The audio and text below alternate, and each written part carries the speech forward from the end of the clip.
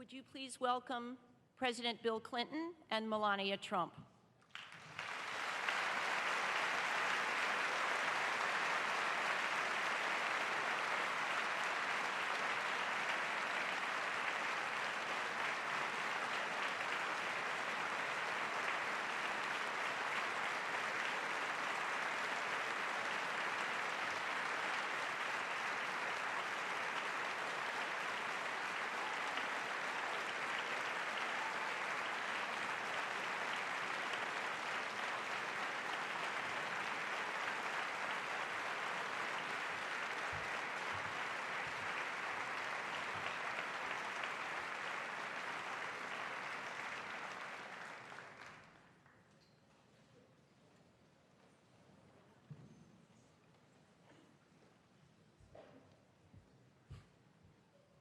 A big part of the responsibility for any debate rests on the shoulders of the moderators.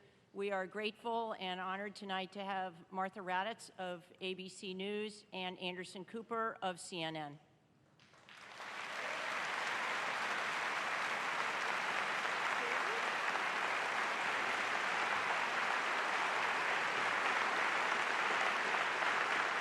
Thank you very much.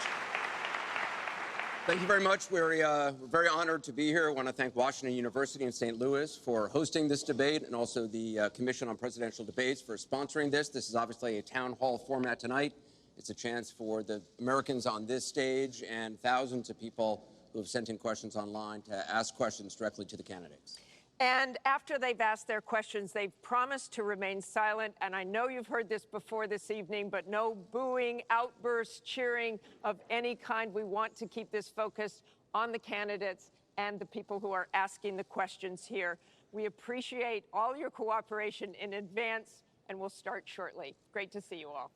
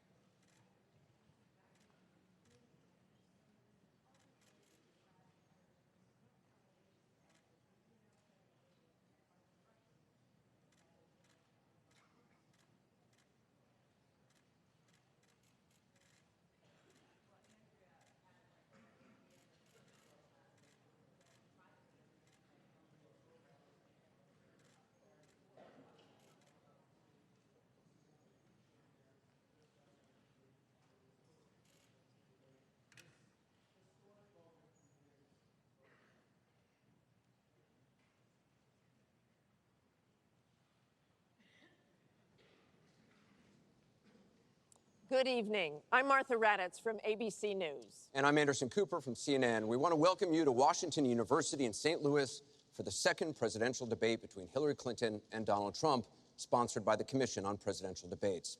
Tonight's debate is a town hall format, which gives voters a chance to directly ask the candidates questions.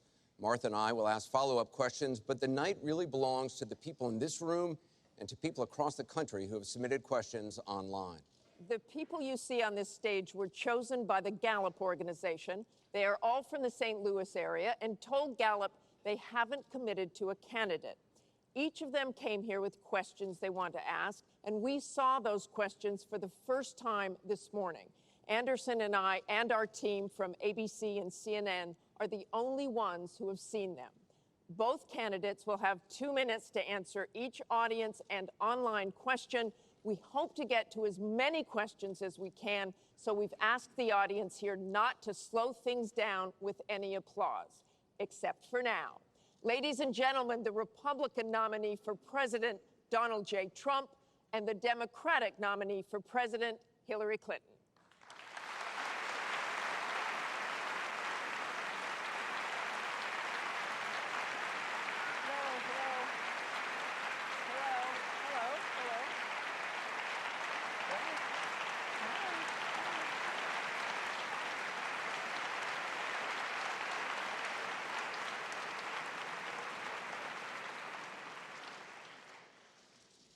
Thank you very much for being here. We're going to begin with a question from one of the members in our town hall.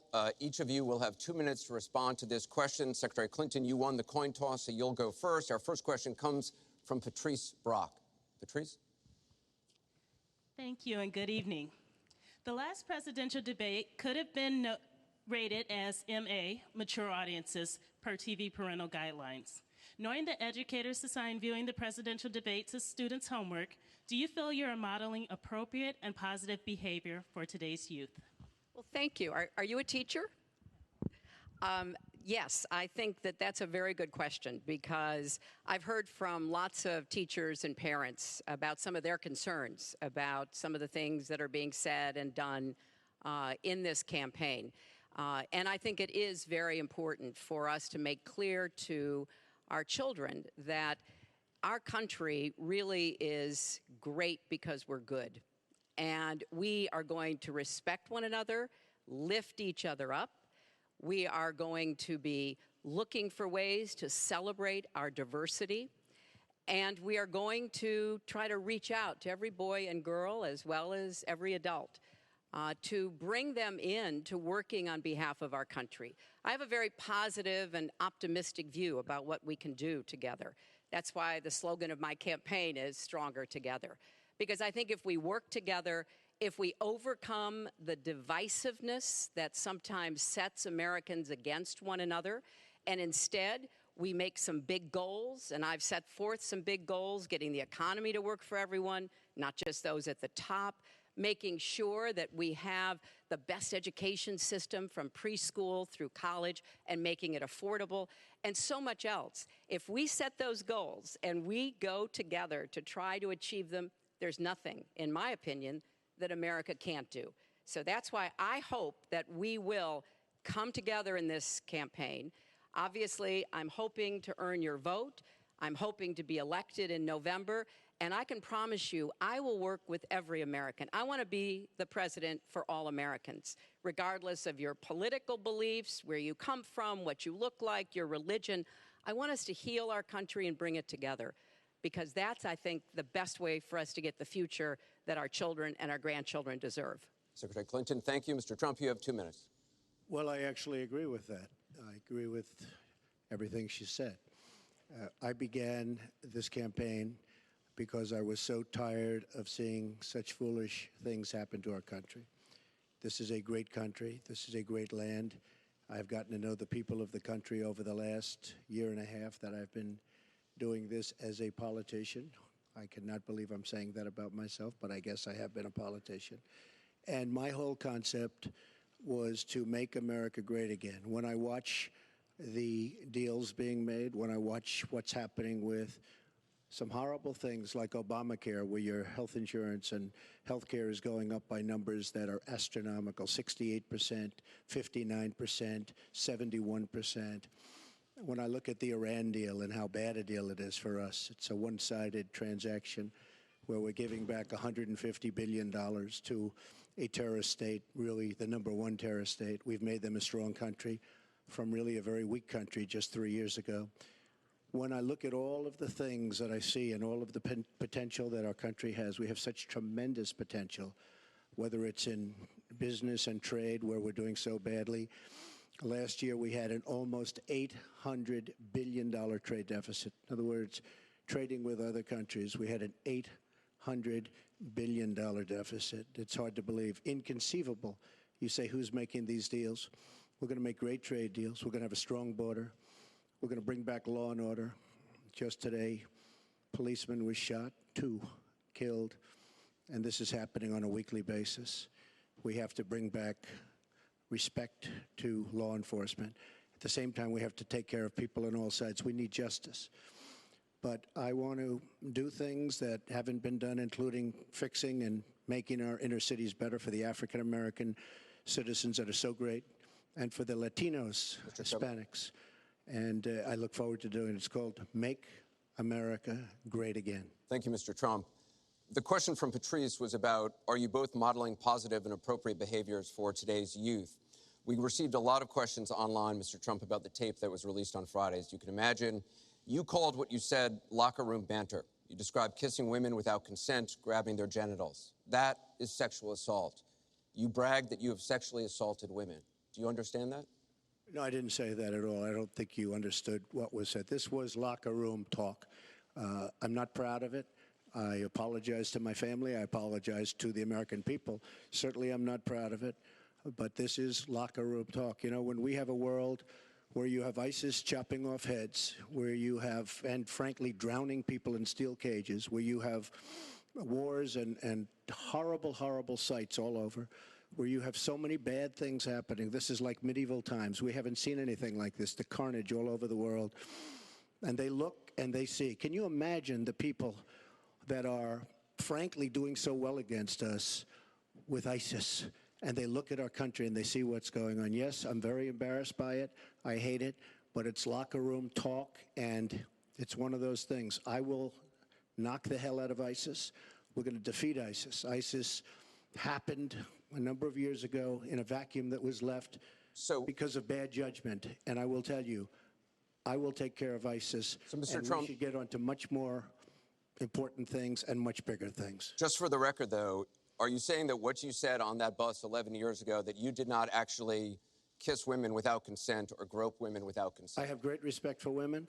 Nobody has more respect for women than I do. So for the record, you're saying you never did that? I said things that, frankly, you hear these things are said. And I was embarrassed by it, but I have tremendous respect for women. Have you ever done those women things? Have respect for me. And I will tell you, no, I have not. And I will tell you that I'm going to make our country safe. We're going to have borders in our country, which we don't have now. People are pouring into our country, and they're coming in from the Middle East and other places. We're going to make America safe again. We're going to make America great again, but we're going to make America safe again. And we're going to make America wealthy again, because if you don't do that, it sounds harsh to say, but we have to build up the wealth of our nation. Right now, other nations are taking our jobs and they're taking our wealth. Thank you, Mr. Trump. And that's what I want to talk about. Secretary Clinton, do you want to respond? Well, like everyone else, I've spent a lot of time thinking over the last 48 hours about what we heard and saw. You know, with prior Republican nominees for president, I disagreed with them on politics, policies, principles, but I never questioned their fitness to serve. Donald Trump is different.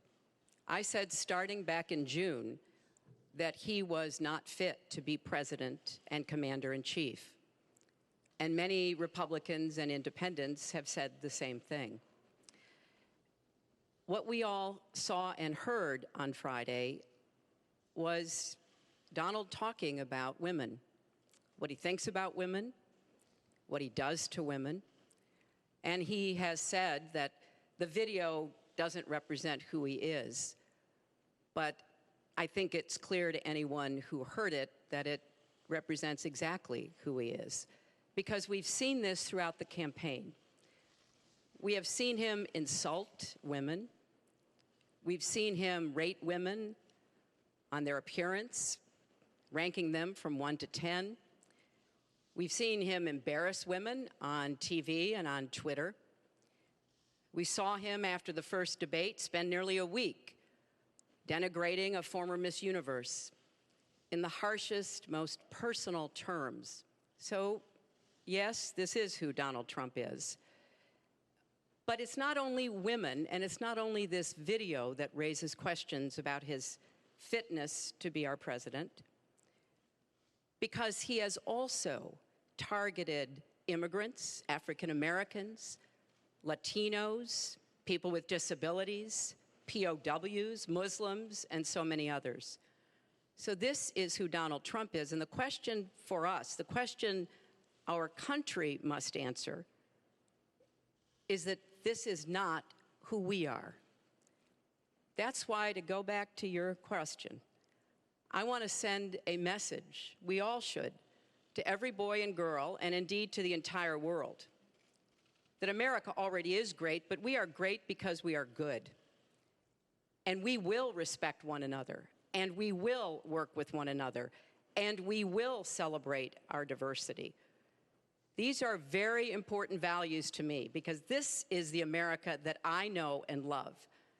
And I can pledge to you tonight that this is the America that I will serve if I'm so fortunate enough to become your president. And we want to get to some questions Well, am I from allowed to online. respond to that? I assume I am. Yes, you can respond to that. It's just words, folks. It's just words. Those words, I've been hearing them for many years. I heard them when they were running for the Senate in New York, where Hillary was going to bring back jobs to upstate New York, and she failed. I've heard them where Hillary is constantly talking about the inner cities of our country, which are a disaster, education-wise, job-wise, safety-wise, in every way possible. I'm going to help the African Americans. I'm going to help the Latinos, Hispanics. I am going to help the inner cities. She's done a terrible job for the African Americans. She wants their vote, and she does nothing, and then she comes back 4 years later. We saw that firsthand when she was a United States Senator. She campaigned where the primary part of her campaign. I want to get to audience questions and online questions. So she's allowed to do that, but I'm not allowed to respond. You're going to get to Sounds fair. respond right Well, now. that sounds fair. This tape is generating intense interest. In just 48 hours, it's become the single most talked about story of the entire 2016 election on Facebook, with millions and millions of people discussing it on the social network. As we said a moment ago, we do want to bring in questions from voters around the country via social media, and our first stays on this topic. Jeff from Ohio asks on Facebook, Trump says the campaign has changed him. When did that happen? So, Mr. Trump, let me add to that. When you walked off that bus at age 59, were you a different man, or did that behavior continue until just recently? And you have 2 minutes for this. As I told you, that was locker room talk. I'm not proud of it. I am a person who has great respect for people, for my family, for the people of this country, and certainly I'm not proud of it. But that was something that happened. If you look at Bill Clinton, far worse, minor words, and his was action. His was what he's done to women. There's never been anybody in the history of politics in this nation that's been so abusive to women. So you can say any way you want to say it, but Bill Clinton was abusive to women. Hillary Clinton attacked those same women and attacked them viciously. 4 of them are here tonight. One of the women, who is a wonderful woman, at 12 years old, was raped at 12.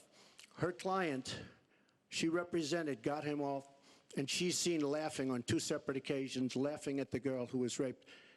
Kathy Shelton, that young woman, is here with us tonight. So don't tell me about words. I apologize for those words. But it is things that people say. But what President Clinton did, he was impeached. He lost his license to practice law. He had to pay an $850,000 fine to one of the women, Paula Jones, who's also here tonight. And I will tell you that when Hillary brings up a point like that, and she talks about words that I said 11 years ago, I think it's disgraceful, and I think she should be ashamed of herself, if you want to know the truth. Can we please hold the applause? Secretary Clinton, you have 2 minutes. Well, first, let me start by saying that so much of what he's just said is not right, but he gets to run his campaign any way he chooses. He gets to decide what he wants to talk about. Instead of answering people's questions, talking about our agenda, laying out the plans that we have that we think can make a better life and a better country, that's his choice. When I hear something like that, I am reminded of what my friend Michelle Obama advised us all. When they go low, you go high. And look, if this were just about one video, maybe what he's saying tonight would be understandable. But everyone can draw their own conclusions at this point about whether or not the man in the video or the man on the stage respects women. But he never apologizes for anything to anyone. He never apologized to Mr. and Mrs. Khan, the Gold Star family, whose son, Captain Khan, died in the line of duty in Iraq, and Donald insulted and attacked them for weeks over their religion. He never apologized to the distinguished federal judge who was born in Indiana. But Donald said he couldn't be trusted to be a judge because his parents were, quote, Mexican. He never apologized to the reporter that he mimicked and mocked on national television, and our children were watching.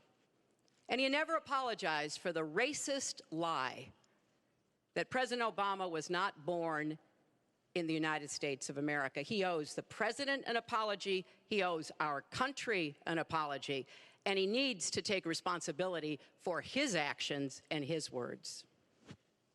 Well, you owe the president an apology because, as you know very well, your campaign, Sidney Blumenthal, he's another real winner that you have, and he's the one that got this started along with your campaign manager, and they were on television just 2 weeks ago, she was saying exactly that. So you really owe him an apology. You're the one that sent the pictures around your campaign, sent the pictures around with President Obama in a certain garb.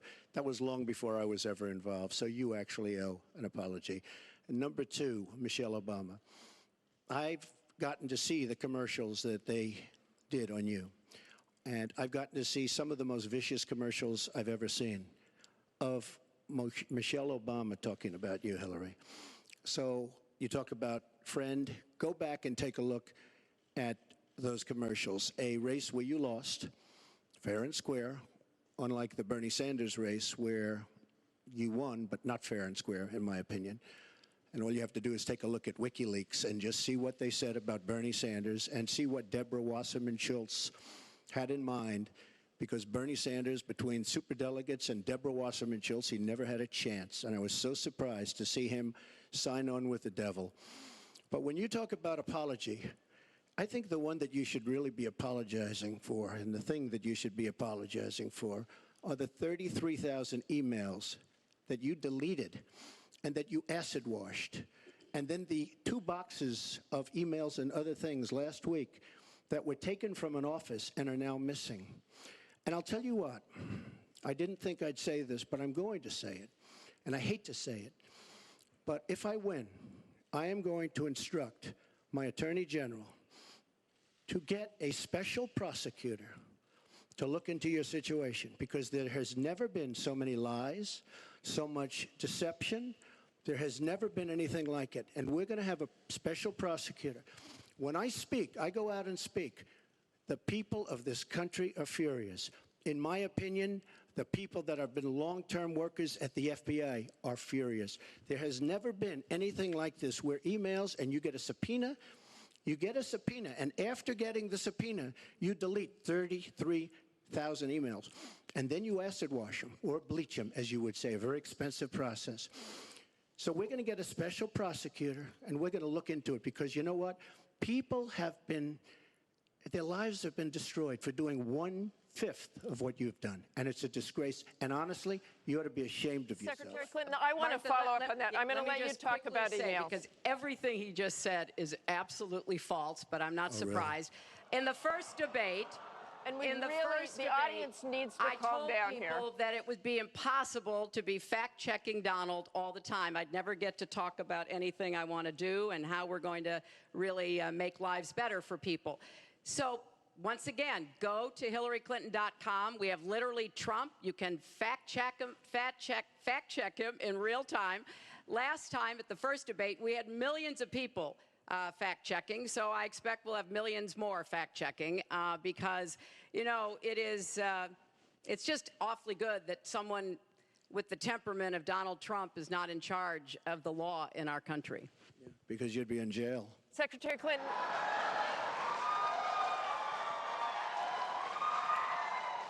We want to remind the audience to please not talk out loud. Please do not applaud. You're just wasting time. And Secretary Clinton, I do want to follow up on emails. You've said your handling of your emails was a mistake. You disagreed with FBI Director James Comey, calling your handling of classified information, quote, extremely careless. The FBI said that there were 110 classified emails that were exchanged, 8 of which were top secret, and that it was possible hostile actors did gain access to those emails. You don't call that extremely careless? Well, Martha, first let me say, and I've said it before, but I'll repeat it because I want everyone to hear it, that was a mistake, and I take responsibility for using a personal email account. Obviously, if I were to do it over again, I would not. I'm not making any excuses. It was a mistake, and I am very sorry about that. But I think it's also important to point out where there are some misleading accusations from critics and others. After a year-long investigation, there is no evidence that anyone hacked the server I was using, and there is no evidence that anyone can point to at all, anyone who says otherwise has no basis, that any classified material ended up in the wrong hands. I take classified materials very seriously, and always have. When I was on the Senate Armed Services Committee, I was privy to a lot of classified material. Obviously, as Secretary of State, I had some of the most important secrets that we possess, such as going after bin Laden. So I am very committed to taking classified information seriously. And as I said, there is no evidence that any classified information ended up in the wrong hands. Okay, we're going to move on. And yet, she didn't know the letter C on a document, right? She didn't even know what that letter meant. You know, it's amazing. I'm watching Hillary go over facts, and she's going after fact after fact, and she's lying again because she said what she did with emails was fine. You think it was fine to delete 33,000 emails? I don't think so. She said the 33,000 emails had to do with her daughter's wedding, number one, and a yoga class. Well, maybe we'll give 3 or 4 or 5 or something. 33,000 emails deleted. And now she's saying there wasn't anything wrong. And more importantly, that was after getting a subpoena. That wasn't before. That was after. She got it from the United States Congress. And I'll be honest, I am so disappointed in congressmen, including Republicans, for allowing this to happen. Our Justice Department, where her husband goes onto the back of an airplane for 39 minutes, talks to the Attorney General days before a ruling is going to be made on her case. But for you to say that there was nothing wrong with you deleting 39,000 emails, again, you should be ashamed of yourself, what you did. And this is after getting a subpoena from the United States Congress. We have to move on. Secretary Clinton, you can respond, and then we got to move on. We want to give the audience a chance you'd be put here. in jail, let alone after getting a subpoena from the United States Secretary Congress. Clinton, you can respond, then we have to move on to an audience question. Look, it's just not true, and so please you go didn't to delete them? Allow her to respond, please. personal emails, not official. 33,000? Yeah, Not right. well. We turned over 35,000, so Oh, yeah. it was. What about the other 15,000? Please allow her to respond. She didn't talk while you talked. Yes, that's true. I didn't. Because you I have didn't nothing in to the say. first debate, and I'm going to try not to in this debate because I'd like to get to the questions that the people have brought here tonight to talk to us about. And get off this question. Okay, Donald, I know you're into big diversion tonight, anything to avoid talking about your campaign and the way it's exploding and the way Republicans are leaving you. But Let's at see what least happens focus in the- Allow her to on some of respond. the Let's see what issues happens. that people care about tonight. Let's get to their questions. We have a question here from Ken Karpowitz. He has a question about health care. Ken? I'd like to know, Anderson, why aren't you bringing up the emails? I'd like to know. Why aren't you We getting brought up to the the bottom? emails. No, it hasn't. It hasn't. And it hasn't been finished at all. Ken Karpowitz has a question. It's nice to 1 on 3. Thank you. Affordable Care Act, known as Obamacare, it is not affordable. Premiums have gone up, deductibles have gone up, co-pays have gone up, prescriptions have gone up, and the coverage has gone down. What will you do to bring the costs down and make coverage better? That first one goes to Secretary Thank Clinton because you started out the last one to the audience. If he wants to start, he can start. Ms. No, go ahead, Donald. No, I'm a gentleman, Hillary. Go ahead. Secretary Clinton? Well, I think Donald was about to say he's going to solve it by repealing it and getting rid of the Affordable Care Act. And I'm going to fix it because I agree with you. Premiums have gotten too high, co-pays, deductibles, prescription drug costs, and I've laid out a series of actions that we can take to try to get those costs down. But here's what I don't want people to forget when we're talking about reining in the costs, which has to be the highest priority of the next president. When the Affordable Care Act passed, it wasn't just that 20 million people got insurance who didn't have it before, but that in and of itself was a good thing. I meet these people all the time, and they tell me what a difference having that insurance meant to them and their families.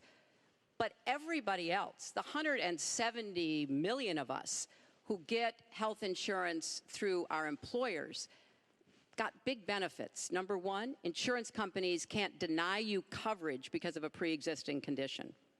Number two, no lifetime limits, which is a big deal if you have serious health problems.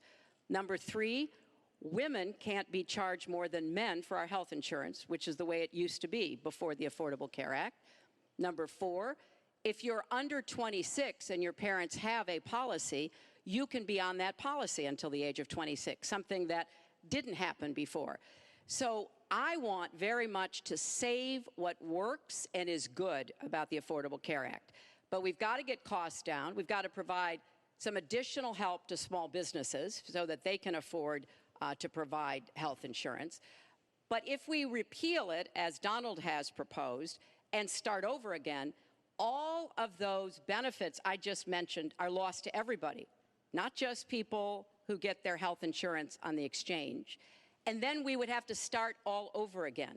Right now, we are at 90% health insurance coverage. That's the highest we've ever been in our country. Secretary Clinton, so your I want time's us up. to get to 100%, but get costs down and keep quality up. Mr. Trump, you have 2 minutes. It is such a great question, and it's maybe the question I get almost more than anything else outside of defense. Obamacare is a disaster. You know it. We all know it. It's going up at numbers that nobody's ever seen worldwide. Nobody's ever seen numbers like this for health care. It's only getting worse. In 17, it implodes by itself. Their method of fixing it is to go back and ask Congress for more money, more and more money. And we have right now almost $20 trillion in debt. Obamacare will never work. It's very bad health insurance, far too expensive. And not only expensive for the person that has it, unbelievably expensive for our country. It's going to be one of the biggest line items very shortly. We have to repeal it and replace it with something absolutely much less expensive and something that works, where your plan can actually be tailored.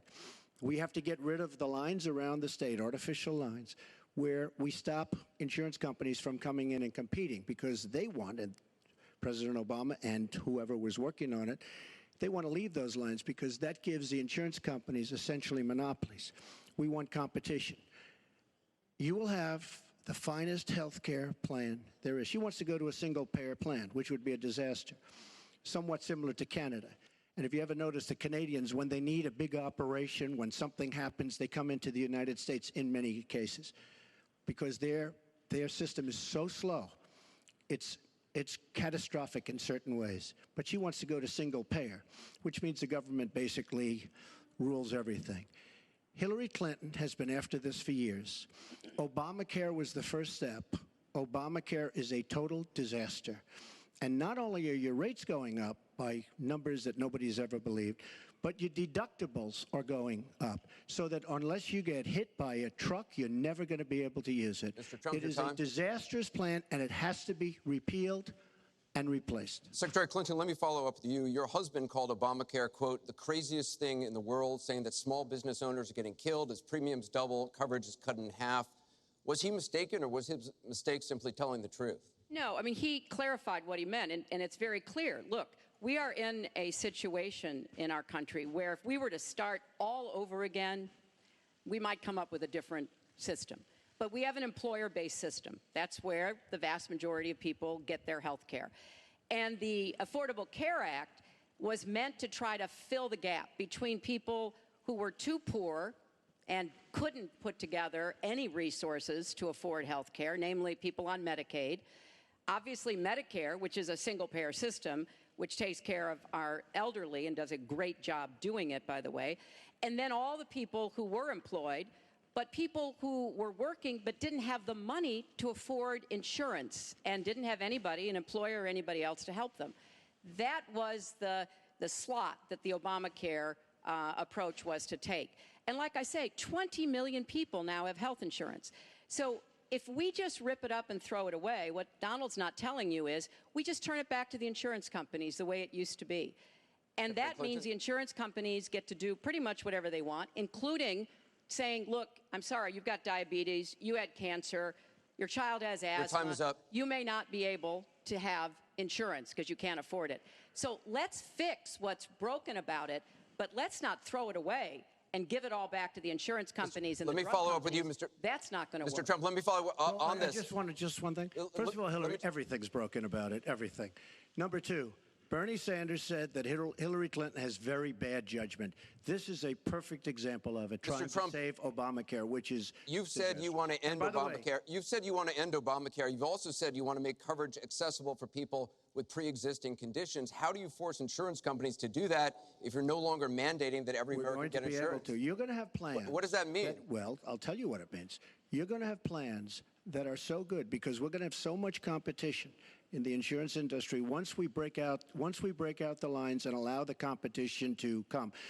Are you going to have a mandate that Americans have to have health insurance? President Obama, by keeping those lines, the boundary lines around each state, and it was almost gone until just very toward the end of the passage of Obamacare, which, by the way, was a fraud. You know that, because Jonathan Gruber, the architect of Obamacare, he said it was a great lie. It was a big lie. President Obama said you keep your doctor, you keep your plan. The whole thing was a fraud, and it doesn't work.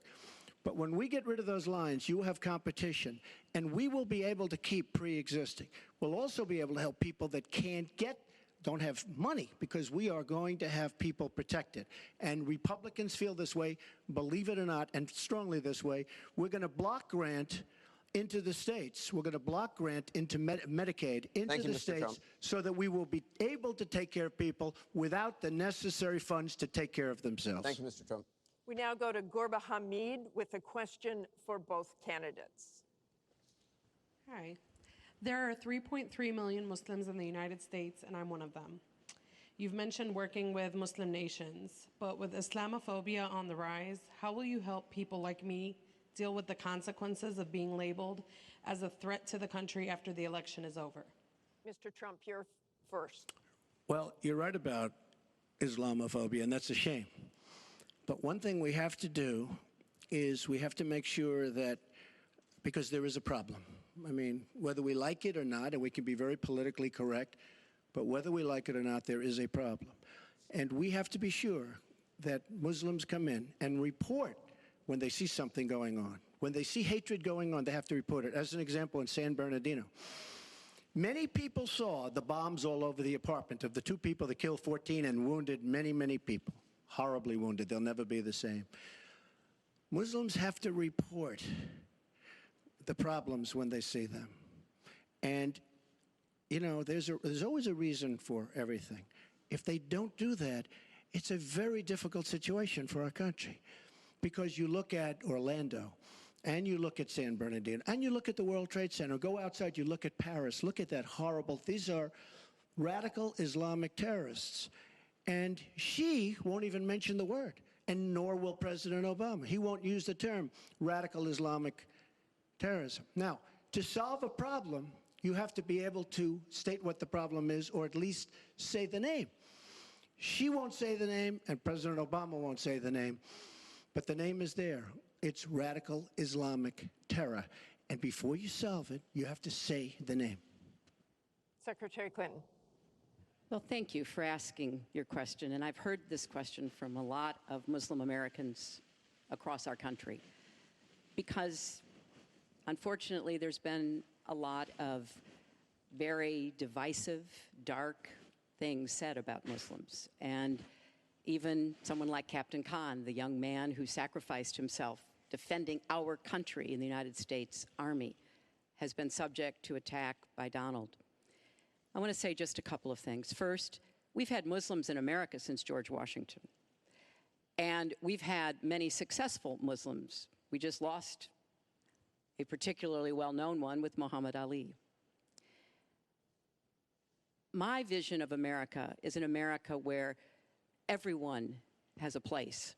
If you're willing to work hard, you do your part, you contribute to the community. That's what America is. That's what we want America to be for our children and our grandchildren. It's also very short-sighted and even dangerous to be engaging in the kind of demagogic rhetoric that Donald has about Muslims.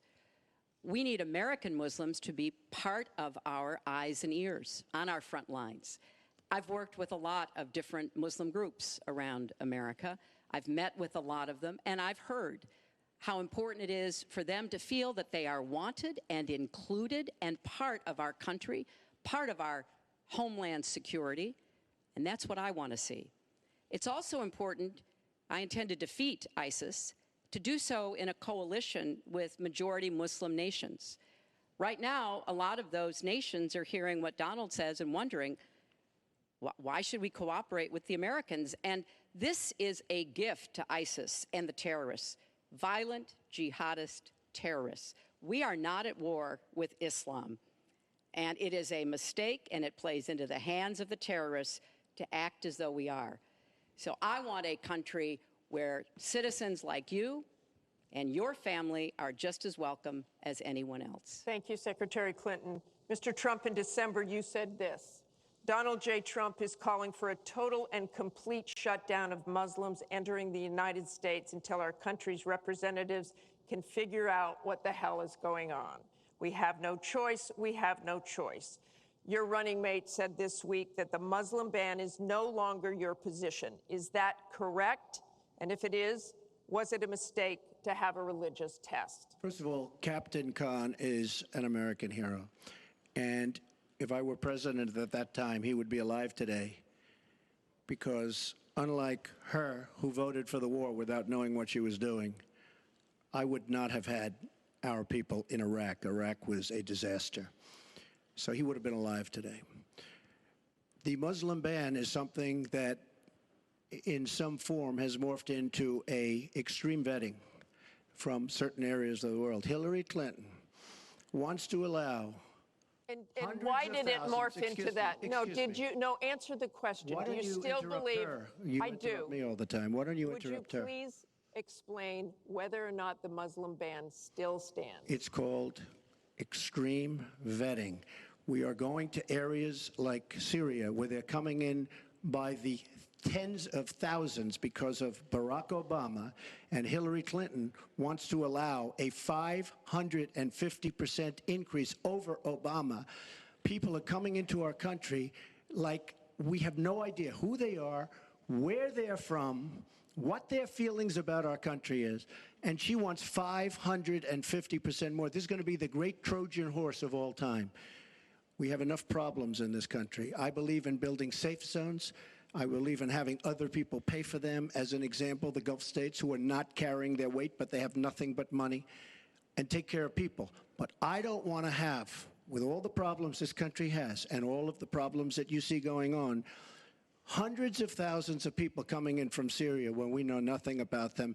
We know nothing about their values, and we know nothing about their love for our country. And Secretary Clinton, let me ask you about that, because you have asked for an increase from 10 to 65,000 Syrian refugees. We know you want tougher vetting. That's not a perfect system. So why take the risk of having those refugees come into the country? Well, first of all, I will not let anyone into our country that I think poses a risk to us. But there are a lot of refugees, women and children. Think of that picture we all saw of that 4-year-old boy with the blood on his forehead because he'd been bombed by the Russian and Syrian air forces. There are children suffering in this catastrophic war, largely, I believe, because of Russian aggression, and we need to do our part. We by no means are carrying anywhere near the load that Europe and others are. But we will have vetting that is as tough as it needs to be from our professionals, our intelligence experts, and others. But it is important for us as a policy, not to say, as Donald has said, we're going to ban people based on a religion. How do you do that? We are a country founded on religious freedom and liberty. How do we do what he has advocated without causing great distress within our own country? Are we going to have religious tests when people fly into our country? And how do we expect to be able to implement those? So I thought that what he said was extremely unwise and even dangerous. And indeed, you can look at the propaganda on a lot of the terrorist sites, and what Donald Trump says about Muslims is used to recruit fighters because they want to create a war between us. And the final thing I would say, this is the 10th or 12th time that he's denied being for the war in Iraq. We have it on tape. The entire press corps has looked at it. It's been debunked, but it never stops him from saying whatever he wants to say. Has not been debunked. So please Has not been debunked. And go I was to against, HillaryClinton.com and you can see it. I was against the war in Iraq. Has not been debunked. And you voted for it, and you shouldn't have. Well, I just want to There's been lots of say- fact-checking on that. I'd like to move on to an online question. She just went about 25 seconds over her time. She Could did I not. just respond to this, please? Very quickly, please. Hillary Clinton, in terms of having people come into our country, we have many criminal illegal aliens. When we want to send them back to their country says we don't want them. In some cases, they're murderers, drug lords, drug problems, and they don't want them. And Hillary Clinton, when she was Secretary of State, said, that's okay, we can't force it into their country. Let me tell you, I'm going to force them right back into their country. They're murderers and some very bad people. And I will tell you very strongly, when Bernie Sanders said she had bad judgment, she has really bad judgment, because we are letting people into this country that are going to cause problems and crime like you've never seen. We're also letting drugs pour through our southern border at a record clip, and it shouldn't be allowed to happen. ICE just endorsed me. They've never endorsed a presidential candidate. The Border Patrol agents, 16,500, just recently endorsed me. And they endorsed me because I understand the border. She doesn't. She wants amnesty for everybody. Come right in, come right over. It's a horrible thing she's doing. She's got bad judgment, and honestly, so bad that she should never be president of the United States. That I can tell you. Thank you, Mr. Trump. I want to move on. This next question comes from the public through the Bipartisan Open Debate Coalition's online forum, where Americans submitted questions that generated millions of votes. This question involves WikiLeaks' release of purported excerpts of Secretary Clinton's paid speeches, which she has refused to release, and one line in particular in which you, Secretary Clinton, purportedly say you need both a public and private position on certain issues. So, two from Virginia asks, is it okay for politicians to be two-faced? Is it acceptable for a politician to have a private stance on issues? Secretary Clinton, Well, your 2 minutes. Right. As I recall, that was something I said about Abraham Lincoln after having seen the wonderful Steven Spielberg movie called Lincoln. It was a master class watching President Lincoln get the Congress to approve the 13th Amendment. It was principled and it was strategic. And I was making the point that it is hard sometimes to get the Congress to do what you want to do, and you have to keep working at it. And yes, President Lincoln was trying to convince some people. He used some arguments. Convincing other people, he used other arguments. That was a great, I thought, a great display of presidential leadership. But, you know, let's talk about what's really going on here, Martha, because our intelligence community just came out and said in the last few days that the Kremlin, meaning Putin and the Russian government, are directing the attacks, the hacking on American accounts to influence our election. And WikiLeaks is part of that, as are other sites where the Russians hack information. We don't even know if it's accurate information, and then they put it out. We have never in the history of our country been in a situation where an adversary, a foreign power, is working so hard to influence the outcome of the election. And believe me, they're not doing it to get me elected. They're doing it to try to influence the election for Donald Trump. Now, maybe because he has praised Putin, maybe because he says he agrees with a lot of what Putin wants to do, maybe because he wants to do business in Moscow. I don't know the reasons. But we deserve answers. And we should demand that Donald release all of his tax returns so that people can see what are the entanglements and the financial relationships going to get to that later. he has Secretary with Clinton, Russians and you're out other of time. foreign powers. Well, I think I should Mr. respond Trump. because it's so ridiculous. Look, now she's blaming, she got caught in a total lie. Her papers went out to all her friends at the banks, Goldman Sachs and everybody else, and she said things, WikiLeaks, that just came out, and she lied. Now she's blaming the lie on the late, great Abraham Lincoln. That's one that I haven't. Okay, Honest Abe never lied. That's the good thing. That's the big difference between Abraham Lincoln and you. That's a big, big difference. We're talking about some difference. But as far as other elements of what she was saying, I don't know, Putin. I think it would be great if we got along with Russia because we could fight ISIS together, as an example. But I don't know, Putin. But I notice anytime anything wrong happens, they like to say, the Russians, she doesn't know if it's the Russians doing the hacking. Maybe there is no hacking. But they always blame Russia. And the reason they blame Russia is because they think they're trying to tarnish me with Russia. I know nothing about Russia.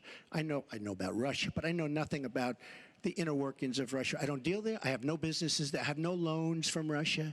I have a very, very great balance sheet, so great that when I did the old post office on Pennsylvania Avenue, the United States government, because of my balance sheet, which they actually know very well, chose me to do the old post office between the White House and Congress, chose me to do the old post office. One of the primary things, in fact, perhaps the primary thing, was balance sheet. But I have no loans with Russia. You could go to the United States government and they would probably tell you that because they know my sheet very well in order to get that development I had to have. Now, the taxes are a very simple thing. As soon as I have, first of all, I pay hundreds of millions of dollars in taxes. Many of our friends took bigger deductions. Warren Buffett took a massive deduction. Soros, who's a friend of hers, took a massive deduction. Many of the people that are giving her all this money that she can do many more commercials than me took massive deductions. I pay hundreds of millions of dollars in taxes. But as soon as my routine audit's finished, I'll release my returns. I'll be very proud to. Thank you, Mr. Trump. We've got we're on turn, actually, the topic of taxes. We have a question from Spencer Moss. Spencer? Good evening. My question is, what specific tax provisions will you change to ensure the wealthiest Americans pay their fair share in taxes? Mr. Trump, you have 2 minutes. Well, one thing I do is get rid of carried interest. one of the greatest provisions for people like me, to be honest with you. I give up a lot when I run because I knock out the tax code. And she could have done this years ago, by the way. She was a United States senator. She complains that Donald Trump took advantage of the tax code. Well, why didn't she change it? Why didn't you change it when you were a senator? The reason you didn't is that all your friends take the same advantage that I do. And I do. You have provisions in the tax code that, frankly, we could change. But you wouldn't change it because all of these people give you the money so you can take negative ads on Donald Trump. And I say that about a lot of things. You know, I've heard Hillary complaining about so many different things over the years. Oh, we should have done this. But she's been there for 30 years. She's been doing this stuff. She never changed, and she never will change. She never will change. We're getting rid of carried interest provisions. I'm lowering taxes, actually, because I think it's so important for corporations, because we have corporations leaving, massive corporations and little ones. Little ones can't form. We're getting rid of regulations, which goes hand in hand with the lowering of the taxes. But we're bringing the tax rate down from 35% to 15%. We're cutting taxes for the middle class, and I will tell you, we are cutting them big league for the middle class. And I will tell you, Hillary Clinton is raising your taxes, folks. You can look at me. She's raising your taxes really high. And what that's going to do is a disaster for the country. But she is raising your taxes, and I'm lowering your taxes. That in itself is a big difference. We are going to be thriving again. We have no growth in this country. There's no growth. If China has a GDP of 7%, it's like a national catastrophe. We're down at 1%. And that's like no growth. And we're going lower, in my opinion. And a lot of it has to do with the fact that our taxes are so high, just about the highest in the world. And I'm bringing them down to one of the lower in the world. And I think it's so important, one of the most important things we can do. But she is raising everybody's taxes massively. Secretary Clinton, you have 2 minutes. The question was, what specific tax provisions will you change to ensure the wealthiest Americans pay their fair share of taxes? Well, everything you've heard just now from Donald is not true. I'm sorry I have to keep saying this, but he lives in an alternative reality. And it is sort of amusing to hear somebody who hasn't paid federal income taxes in maybe 20 years talking about what he's going to do. But I'll tell you what he's going to do. His plan will give the wealthy and corporations the biggest tax cuts they've ever had, more than the Bush tax cuts by at least a factor of 2.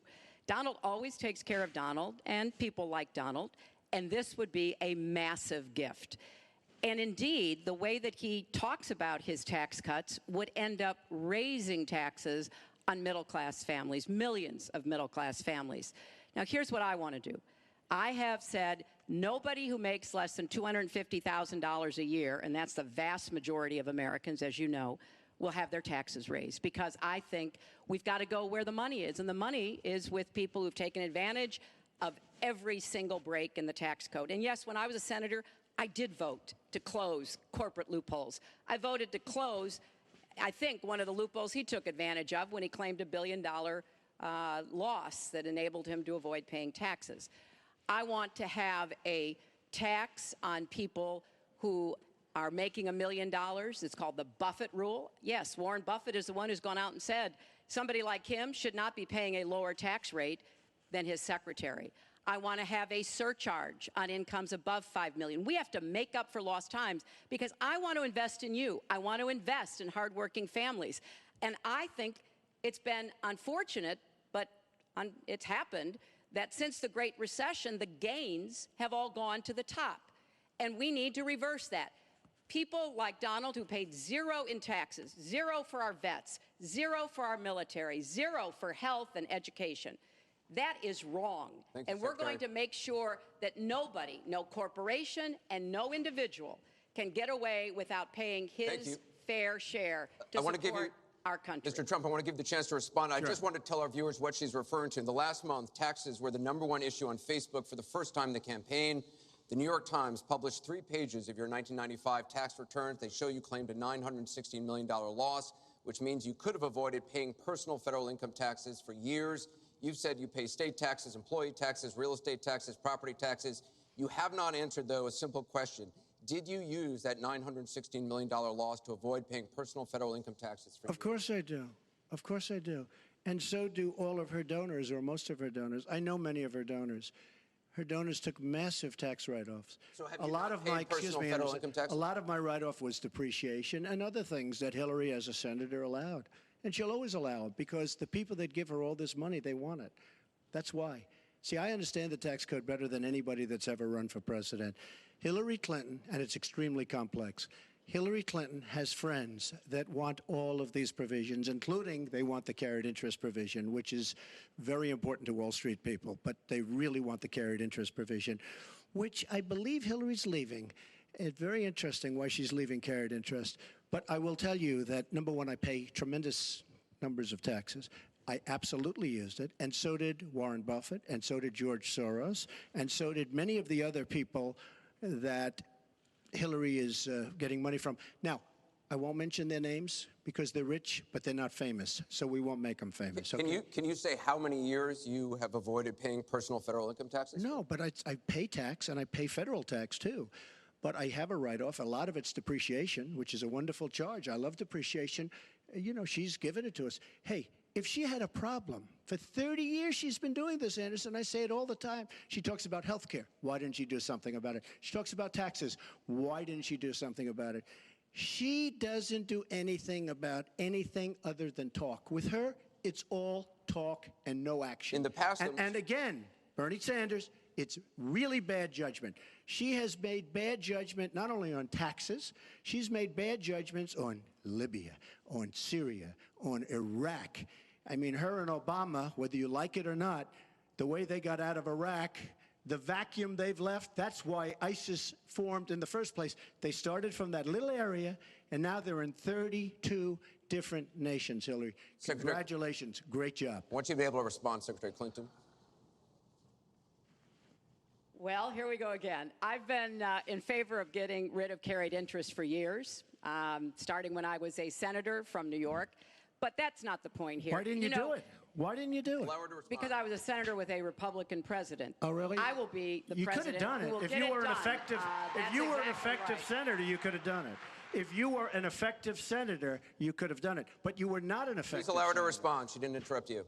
You know, under our Constitution, presidents have something called veto power.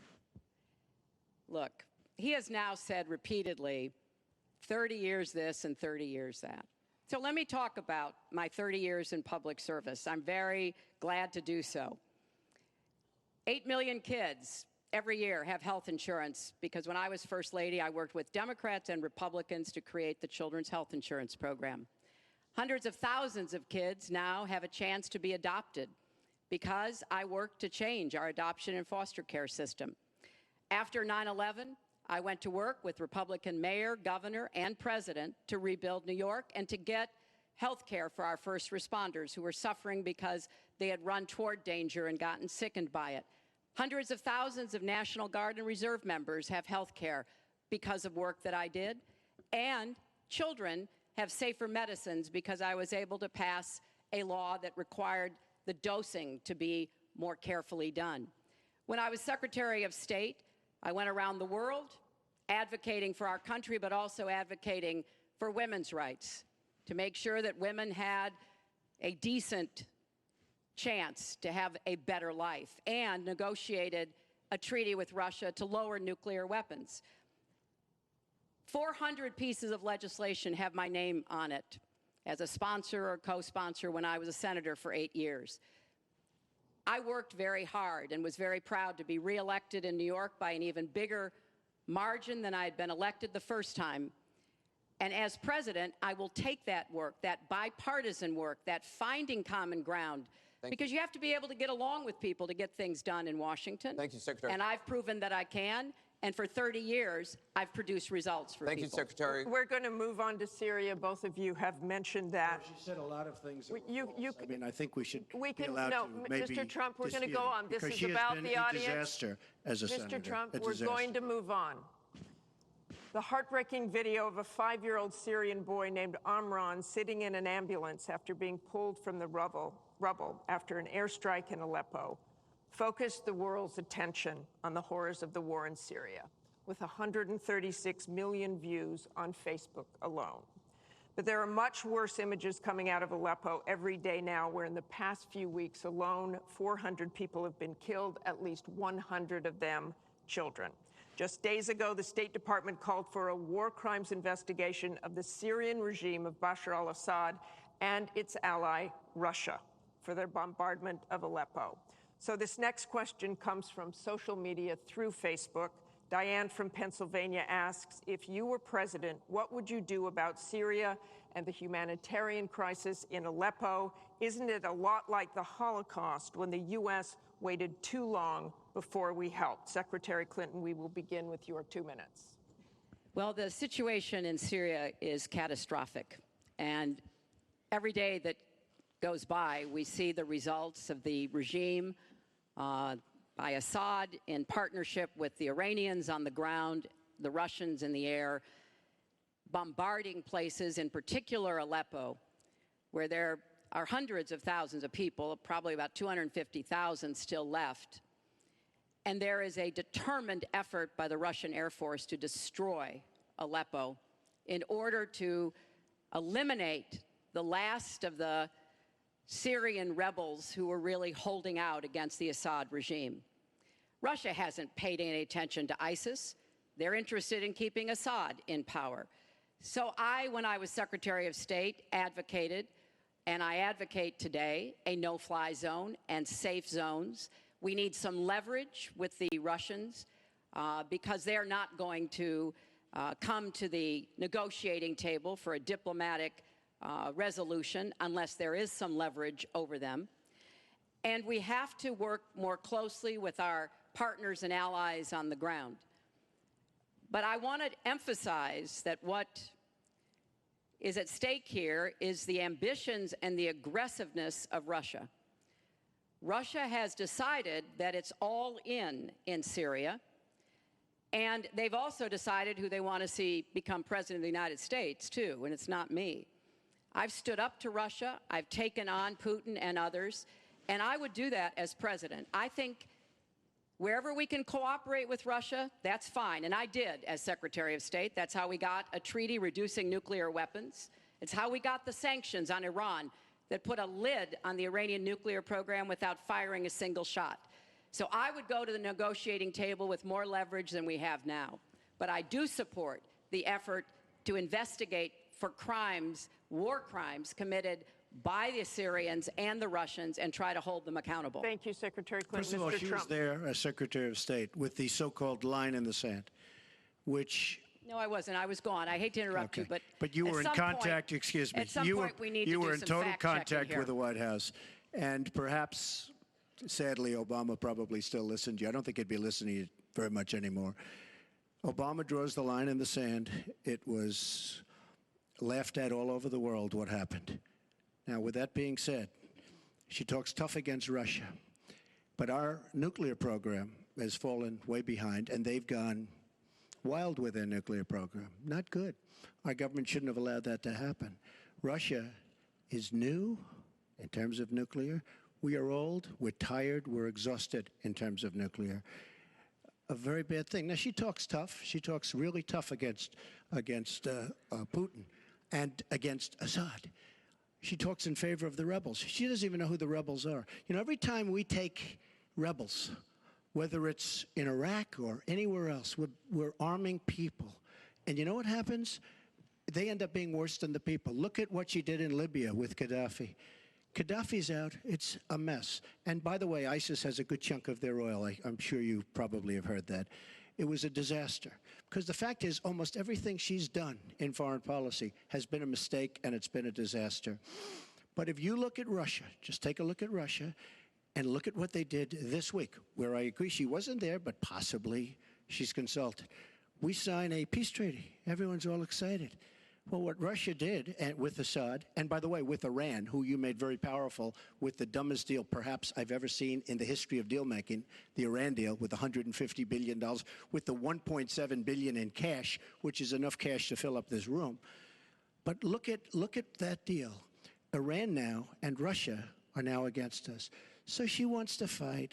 She wants to fight for rebels. There's only one problem. You don't even know who the rebels are. Mr. Trump, So Mr. what's Trump, the your purpose? 2 minutes And one is thing I have up. to say, Your 2 I minutes don't is like up. Assad at all, but Assad is killing ISIS. Russia is killing ISIS, and Iran is killing ISIS. And those three have now lined up because of our weak foreign policy.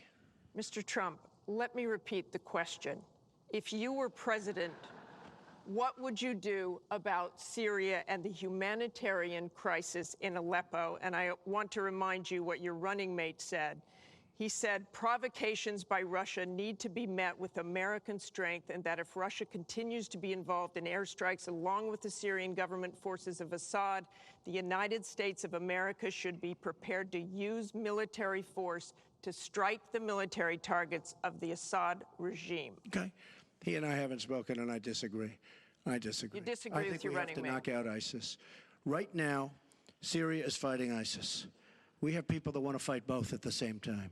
But Syria is no longer Syria. Syria is Russia, and it's Iran, who she made strong, and Kerry and Obama made into a very powerful nation and a very rich nation very, very quickly, very, very quickly. I believe we have to get ISIS. We have to worry about ISIS before we can get too much more involved. She had a chance to do something with Syria. They had a chance, and that was the line. What do you think And will she happen if Aleppo falls? I think Aleppo is a disaster humanitarian-wise. What do you think will happen if it falls? I think that it basically has fallen, okay? It basically has fallen. Let me tell you something. You take a look at Mosul. The biggest problem I have with the stupidity of our foreign policy. We have Mosul. They think a lot of the ISIS leaders are in Mosul. So we have announcements coming out of Washington and coming out of Iraq. We will be attacking Mosul in 3 weeks or 4 weeks. Well, all of these bad leaders from ISIS are leaving Mosul. Why can't they do it quietly? Why can't they do the attack, make it a sneak attack, and after the attack is made, inform the American public that we've knocked out the leaders, we've had a tremendous success. People leave. Why do they have to say we're going to be attacking Mosul within the next 4 to 6 weeks, which is what they're saying? How stupid is our country? There are sometimes reasons the military does that. Psychological I can't warfare. think of any. I can't think of any. It and I'm might pretty be good to at it. help We have get General civilians Flynn, out. And we have, look, I have 200 generals and admirals who endorse me. I have 21 Congressional Medal of Honor recipients who endorse me. We talk about it all the time. They understand. Why can't they do something secretively where they go in and they knock out the leadership? Why would these people stay there? I've been reading now Tell for me weeks. what your Martha, I've been strategy reading now is. for weeks about Mosul, that it's the harbor of where, between Raqqa and Mosul. This is where they think the ISIS leaders are. Why would they be staying? They're not staying there anymore. They're gone. Because everybody's talking about how Iraq, which is us with our leadership, goes in to fight Mosul. Now, with these 200 admirals and generals, they can't believe it. All I say is this: General George Patton, General Douglas MacArthur are spinning in their grave at the stupidity of what we're doing in the Middle East. I'm going to go to Secretary Clinton. Secretary Clinton, you want Assad to go. You advocated arming rebels, but it looks like that may be too late for Aleppo. You talk about diplomatic efforts. Those have failed. Ceasefires have failed. Would you introduce the threat of U.S. military force beyond a no-fly zone against the Assad regime to back up diplomacy? I would not use American ground forces in Syria. I think that would be a very serious mistake. I don't think American troops should be holding territory, which is what they would have to do as an occupying force. I don't think that is a smart strategy. I do think the use of special forces, which we're using, the use of enablers and trainers in Iraq, which has had some positive effects, are very much in our interests. And so I do support what is happening. But what would you do differently than President Obama is doing? Martha, I hope that by the time I hope by the time I am president, that we will have pushed ISIS out of Iraq. I do think that there is a good chance that we can take Mosul. And, Donald says he knows more about ISIS than the generals. No, he doesn't. There are a lot of very important planning going on, and some of it is to signal to the Sunnis in the area, as well as Kurdish Peshmerga fighters, that we all need to be in this, and that takes a lot of planning and preparation. I would go after Baghdadi. I would specifically target Baghdadi because I think our targeting of al-Qaeda leaders, and I was involved in a lot of those operations, highly classified ones, made a difference. So I think that could help. I would also consider arming the Kurds. The Kurds have been our best partners in Syria as well as Iraq. And I know there's a lot of concern about that in some circles, but I think they should have the equipment they need so that Kurdish and Arab fighters on the ground are the principal way that we take Raqqa after pushing ISIS out of Iraq. Thank you very much. We're going to You know, move it's on. funny, she went over a minute over, and you don't stop her. When I go 1 second over, it's like You a had big deal. many answers. It's really very We've got a interesting. question over here from James Carter. Mr. Carter?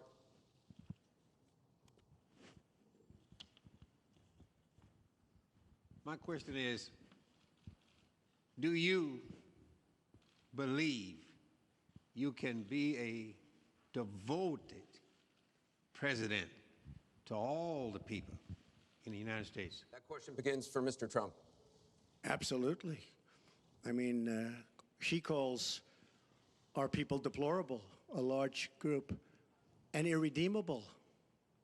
I will be a president for all of our people, and I'll be a president that will turn our inner cities around and will give strength to people and will give economics to people and will bring jobs back, because NAFTA, signed by her husband, is perhaps the greatest disaster trade deal in the history of the world, not in this country.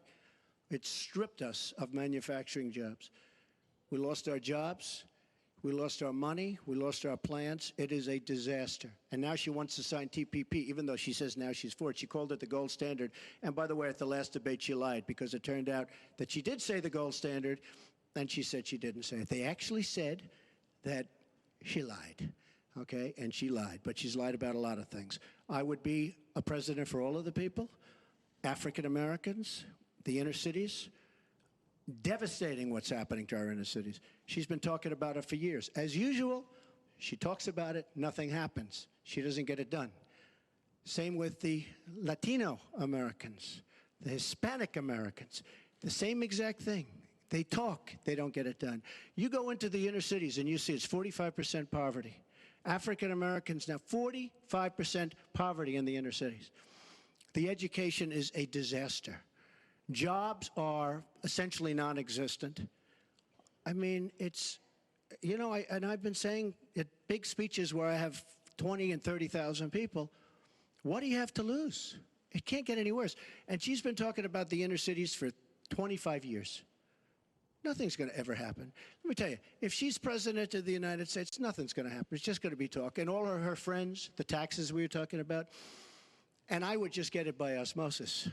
She's not doing any me favors. But by doing all the others favors, she's doing me favors. Mr. Trump, thank you. But I will tell you, she's all talk.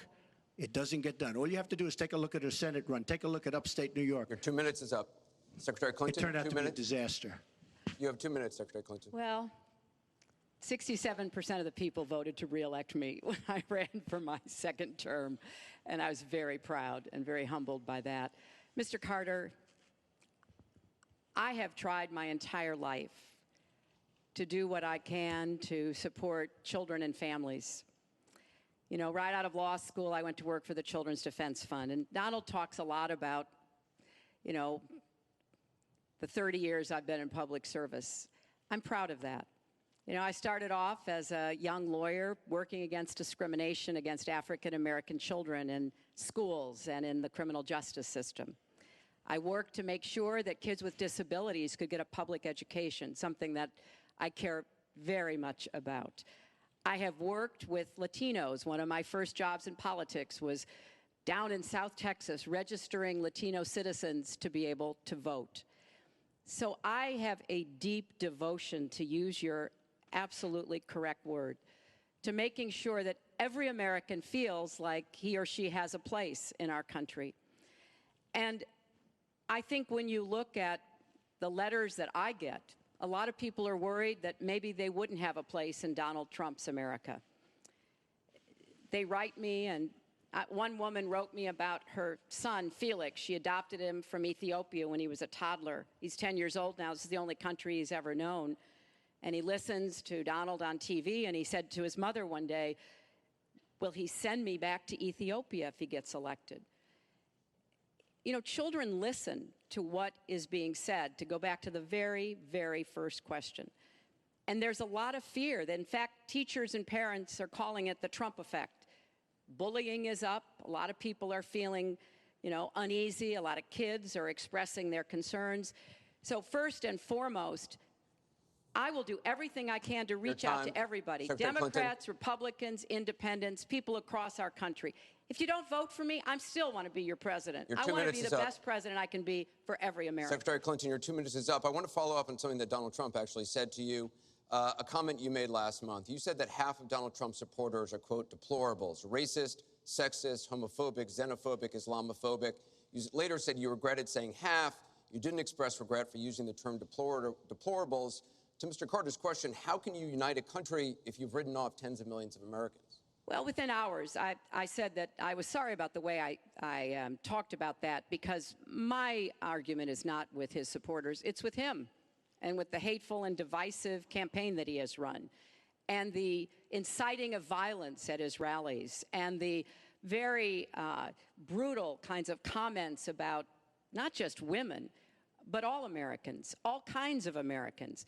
And what he has said about African Americans and Latinos, about Muslims, about POWs, about immigrants, about people with disabilities, he's never apologized for. And so I do think that a lot of the tone and tenor that he has said, I'm proud of the campaign that Bernie Sanders and I ran. We ran a campaign based on issues, not insults, and he is supporting me 100%. Thank you. Because we talked about what we wanted to do. We might have had some differences, and we had a lot of debates. Thank you, Secretary. But we believed that we could make the country better, and I was proud of that. I'm going to give you a minute, 20 We seconds. have a divided nation. We have a very divided nation. You look at Charlotte, you look at Baltimore, you look at the violence that's taking place in the inner cities, Chicago. You take a look at Washington, D.C. We have an increase in murder within our cities, the biggest in 45 years. We have a divided nation because people like her, and believe me, she has tremendous hate in her heart. And when she said deplorables, she meant it. And when she said irredeemable, they're irredeemable. You didn't mention that. But when she said they're irredeemable, to me, that might have been even worse. She said some of them are irredeemable. She's got tremendous hatred. And this country cannot take another 4 years of Barack Obama. And that's what you're getting with her. Mr. Trump, let me follow up with you. In 2008, you wrote in one of your books that the most important characteristic of a good leader is discipline. You said if a leader doesn't have it, quote, he or she won't be one for very long. In the days after the first debate, you sent out a series of tweets from 3 a.m. to 5 a.m., including one that told people to check out a sex tape.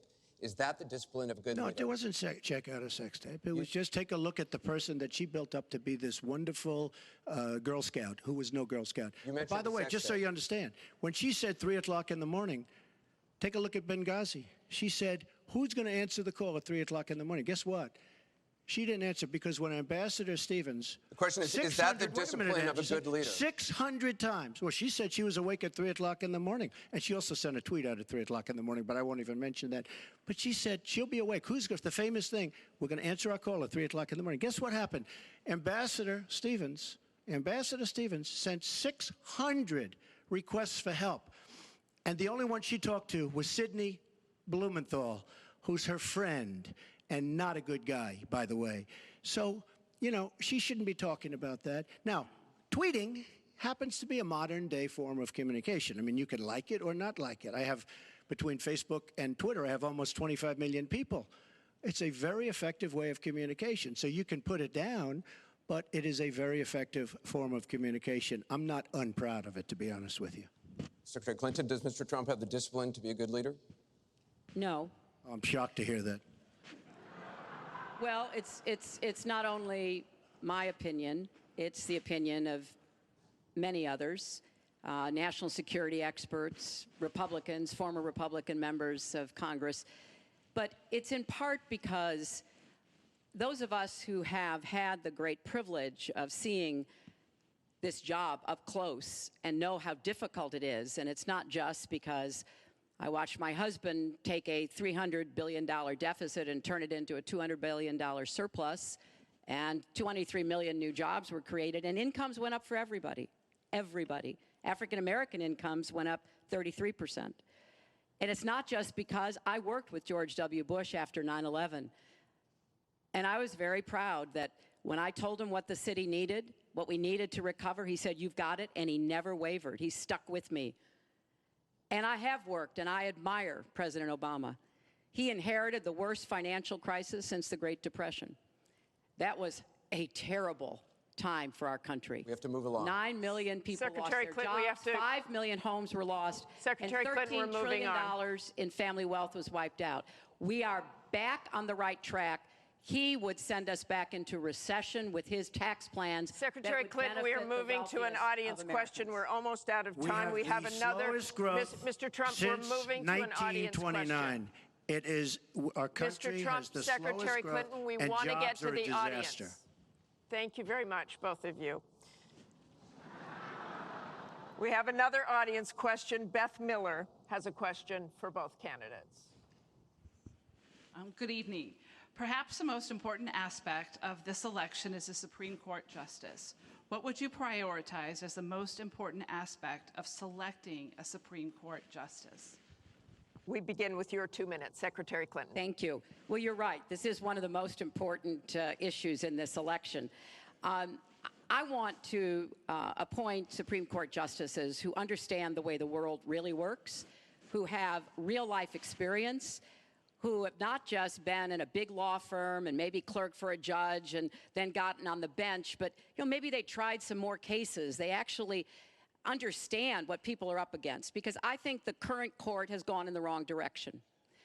And so I would want to see the Supreme Court reverse Citizens United and get dark, unaccountable money out of our politics.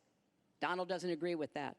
I would like the Supreme Court to understand that voting rights are still a big problem in many parts of our country, that we don't always do everything we can to make it possible for people of color and older people and young people to be able to exercise their franchise.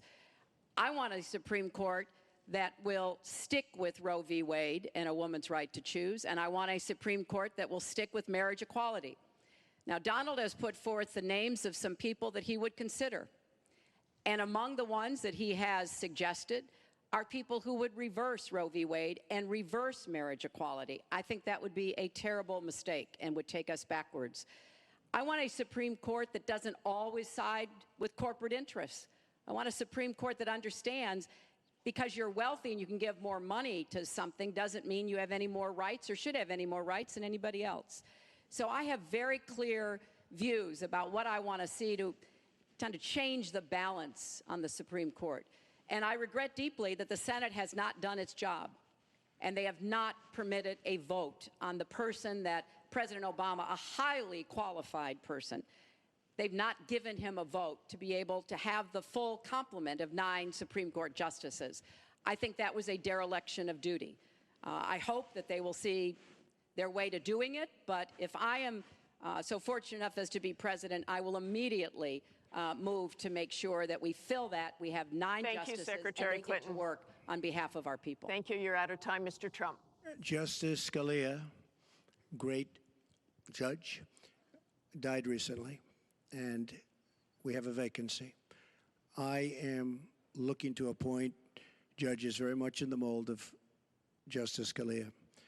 I'm looking for judges, and I've actually picked 20 of them, so that people would see, highly respected, highly thought of, and actually very beautifully reviewed by just about everybody, but people that will respect the Constitution of the United States. And I think that this is so important. Also, the Second Amendment, which is totally under siege by people like Hillary Clinton. They'll respect the Second Amendment and what it stands for, what it represents.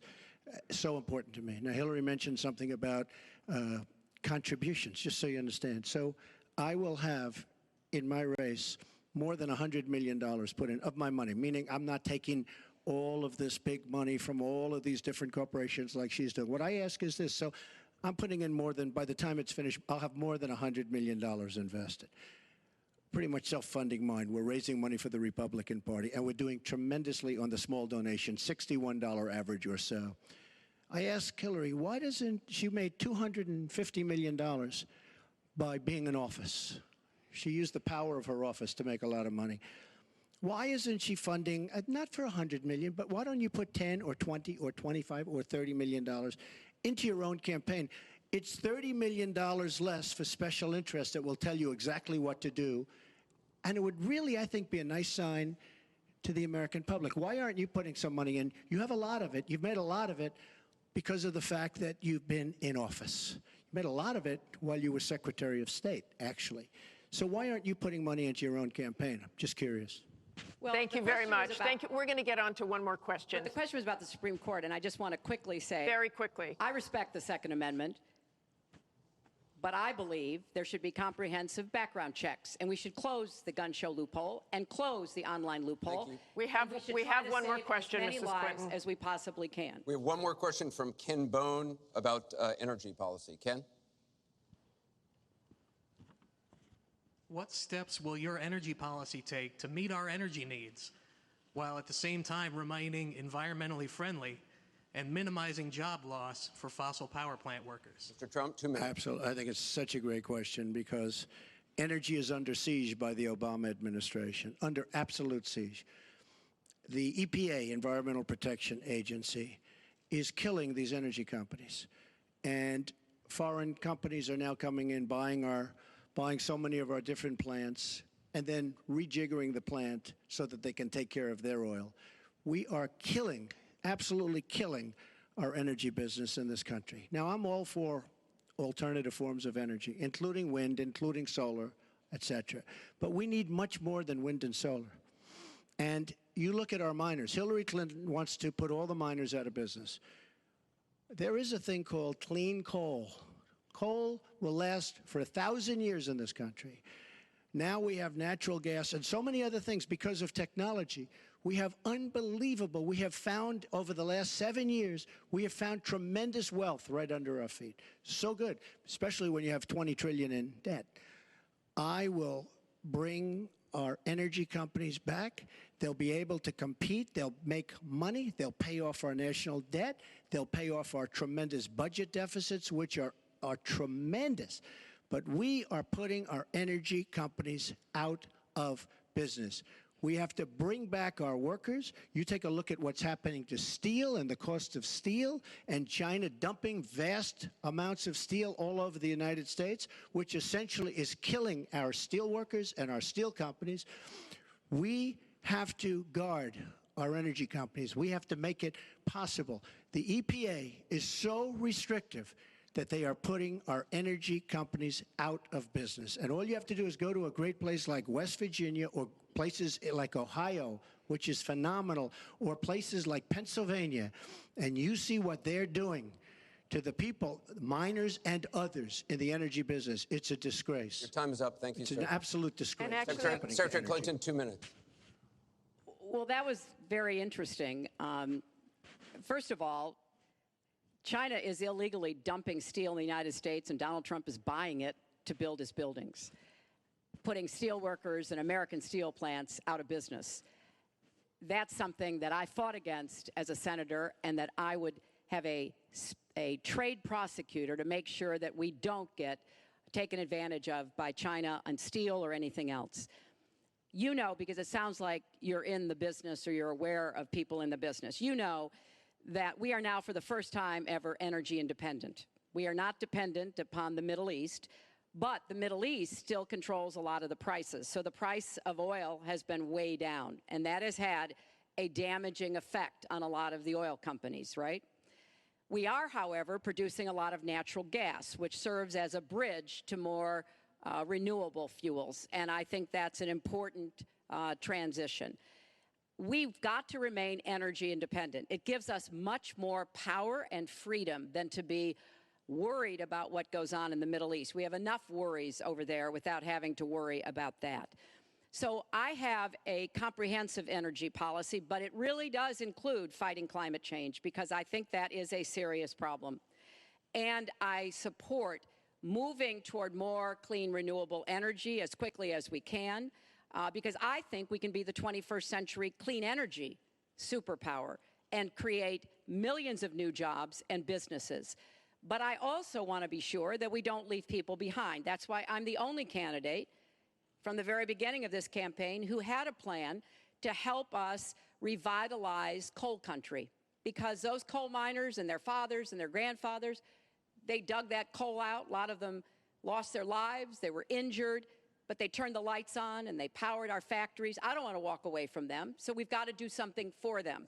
But the price of coal is down worldwide. So we have to look at this comprehensively, and that's exactly what I have proposed. I hope you will go to HillaryClinton.com and look at my entire policy. One more audience question. We've sneaked in one more question, and it comes from Carl Becker.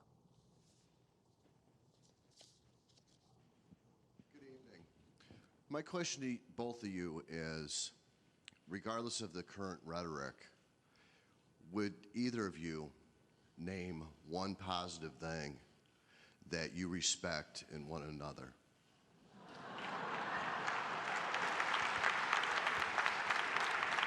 Mr. Trump, would you like to go first? Well, I certainly will, because I think that's a very fair and important question. Look, I respect his children. His children are incredibly able and devoted, and I think that says a lot about Donald. I don't agree with nearly anything else he says or does, but I do respect that, and I think that is something that as a mother and a grandmother is very important to me. So I believe that this election has become, in part, so conflict-oriented, so intense, because there's a lot at stake. This is not an ordinary time, and this is not an ordinary election. We are going to be choosing a president who will set policy for not just 4 or 8 years, but because of some of the important decisions we have to make here at home and around the world, from the Supreme Court to energy and so much else. And so there is a lot at stake. It's one of the most consequential elections that we've had. And that's why I've tried to put forth specific policies and plans, trying to get it off of the personal and put it on to what it is I want to do as president. And that's why I hope people will check on that for themselves so that they can see that, yes, I've spent 30 years, actually maybe a little more, working to help kids and families, and I want to take all that experience to the White House and do that every single day. Mr. Trump. Well, I consider her statement about my children to be a very nice compliment. I don't know if it was meant to be a compliment, but it is a great. I'm very proud of my children, and they've done a wonderful job, and they've been wonderful, wonderful kids. So I consider that a compliment. I will say this about Hillary. She doesn't quit. She doesn't give up. I respect that. I tell it like it is. She's a fighter. I disagree with much of what she's fighting for. I do disagree with her judgment in many cases. But she does fight hard, and she doesn't quit, and she doesn't give up, and I consider that to be a very good trait. Thanks to both of you. I want to thank both the candidates. I want to thank the university here. This concludes the town hall meeting. Our thanks to the candidates, the commission, Washington University, and to everybody who watched. Please tune in on October 19th for the final presidential debate that will take place at the University of Nevada, Las Vegas. Good night, everyone.